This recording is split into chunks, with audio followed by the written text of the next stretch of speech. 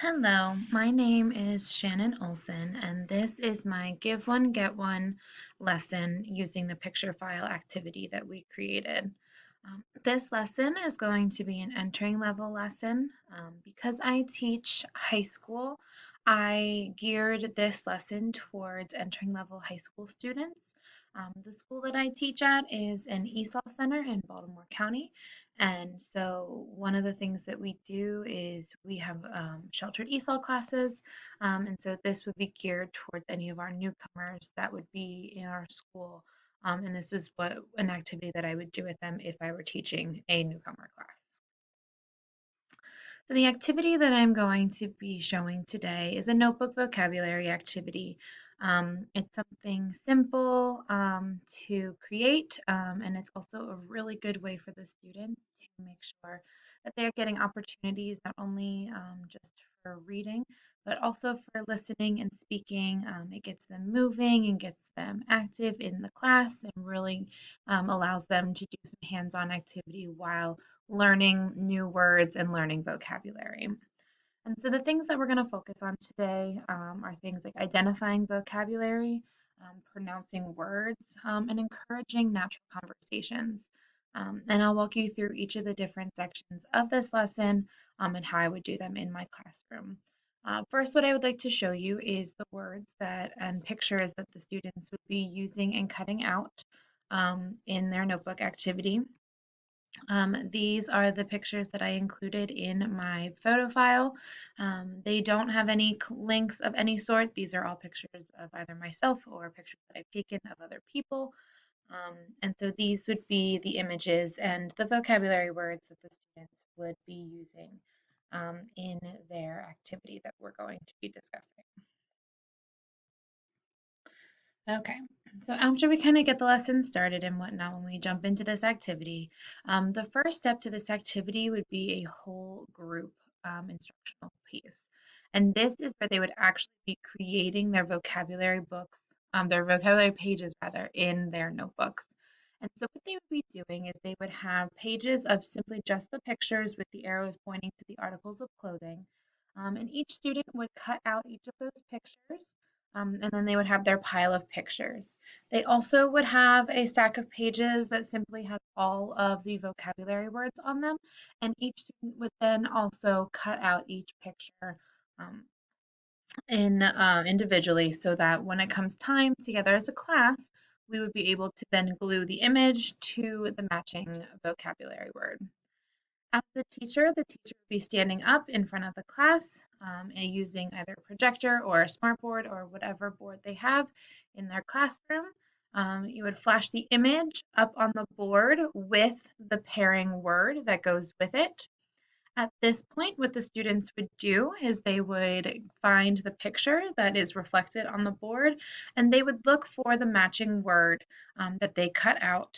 And as they find the picture and they find the word, they then take their notebook and they glue the picture into the notebook and they glue the vocabulary word next to it or underneath of it. This allows for the students to be able to visually see and match the word to the picture that matches in the presentation from the teacher. As soon as each student has found the picture, found the word, and glued it into their notebook, we would practice pronouncing the word and speaking out loud, saying the word that we have just identified.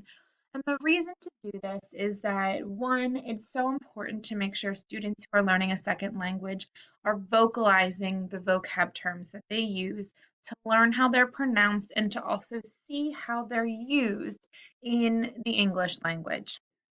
And so what I would have my students do at this point is I would say the word slowly. I would ask the students together as a class to repeat that word back to me. And we would do this back and forth together about 3 or 4 times. By repeating this, it allows the students to um, make sure that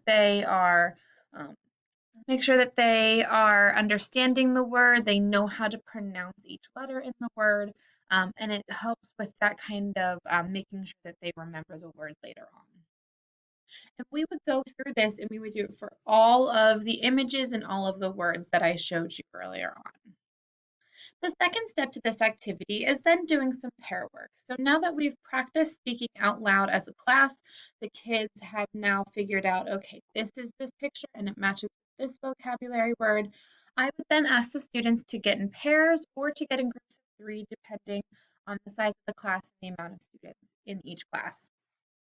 Once you do this, you would allow the students to kind of quiz each other back and forth.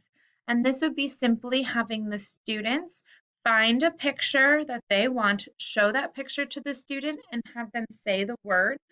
Or you can have the students say the word that they're thinking of and have their partner find that word, repeat that word back to them, and show them the picture.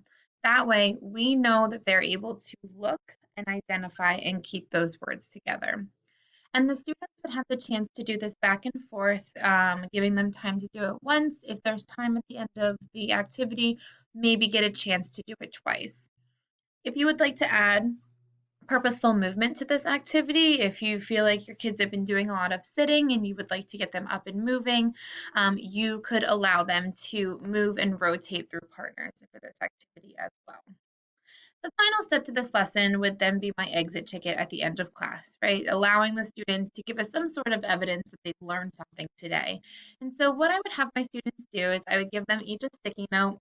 I have some of the bigger ones that are like index card sized and whatnot. And each student would get that sticky note and I would have them simply write the word that they learned today, a word that they learned today, and also try to do a small illustration with it. That way I can see the students know not only a word that is stuck in their head, but also they can identify that word with help with pairing it to the picture and to the word.